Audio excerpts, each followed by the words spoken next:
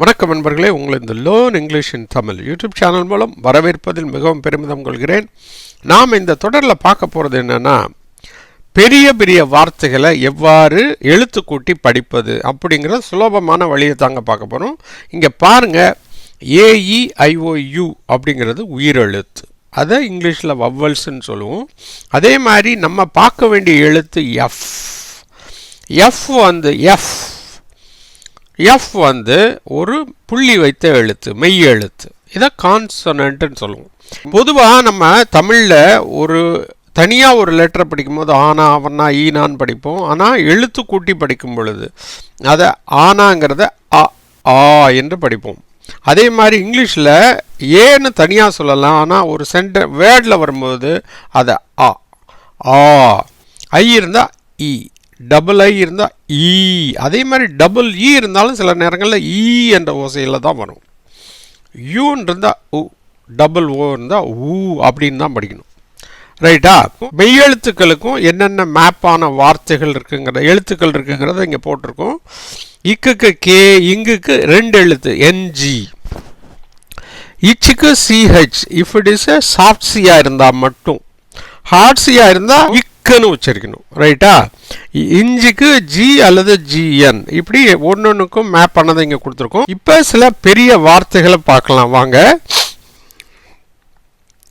இப்போ பாருங்க, இப்போ கொடுக்கப்பட்டுள்ள வார்த்தை என்னன்னா FLABBERGAST.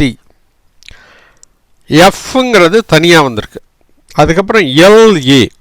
எஃப் ஏன் தனியாக வந்திருக்கு? எஃப்க்கு அப்புறம் AEIOU இல்லை. அந்த 5 எழுத்துக்களில் ஒரு எழுத்து இல்லாதனால அது புள்ளி வைத்த எழுத்து, மெய் எழுத்தாக வரும். எல்லுக்கு அப்புறம் ஏ இருக்குது, அது உயிர்மெய் எழுத்தாக வரும். பி தனியாக இருக்குது, அது மெய்யெழுத்து. BE உயிர்மெய் எழுத்து, R மெய் எழுத்து, GA உயிர்மெய் எழுத்து, S மெய் எழுத்து, T மெய் எழுத்து. ரைட்டா? இதை எப்படி எழுத்து கூட்டணும்? எஃப்க்கு வந்து இஃப். LAக்கு என்ன? LA ல. ஏன்னா ஏக்கு ஆ இல்லையா? பி தனியாக வரும். என்னது? இப்பு அப்படின்னு சொல்லி காற்றை உள்ள இழுக்கணும். இப்.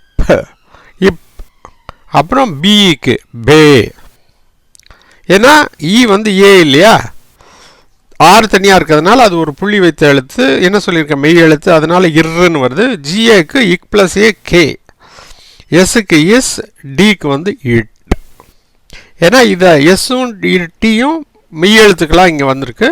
எப்படி வரும் எழுத்துக்கூட்டி படித்தீங்கன்னா? ஃப்ளப்பர்கேஸ்ட். எப்படி வருது? ஃப்ளப்பர்கேஸ்ட். இப்படி தாங்க உச்சரிக்கணும். அடுத்த சில உதாரணத்தையும் பார்த்துடலாம். இந்த வார்த்தையை பாருங்க, FINGERPRINTINGS.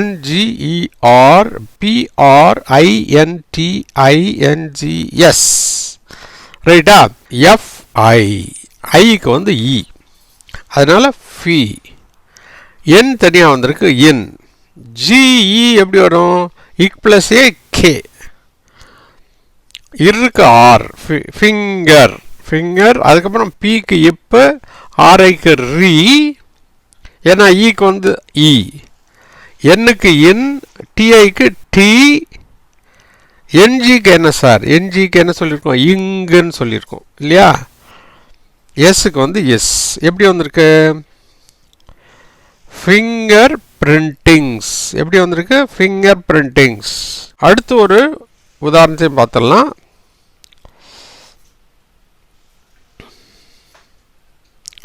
இந்த இந்த வார்த்தையை பாருங்க, FORGETFULNESS.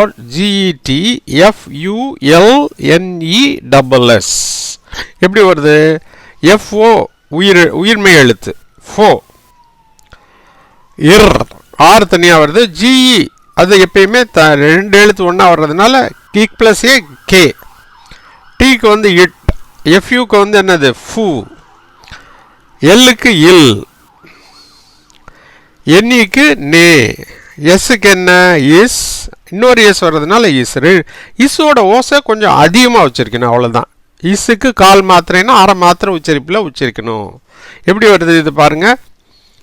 ஃபர்கட்ஃபுல்னஸ். எப்படி வருது?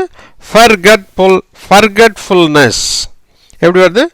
forgetfulness அப்படிங்கிற உச்சரிப்பில் இந்த வார்த்தை வருது. புரியுதா? இப்படி தாங்க பெரிய வார்த்தையை நீங்கள் உச்சரிக்கணும். சரியா?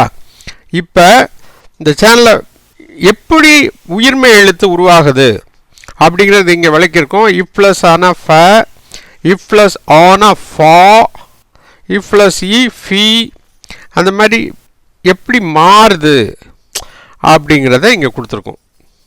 ரைட்டா?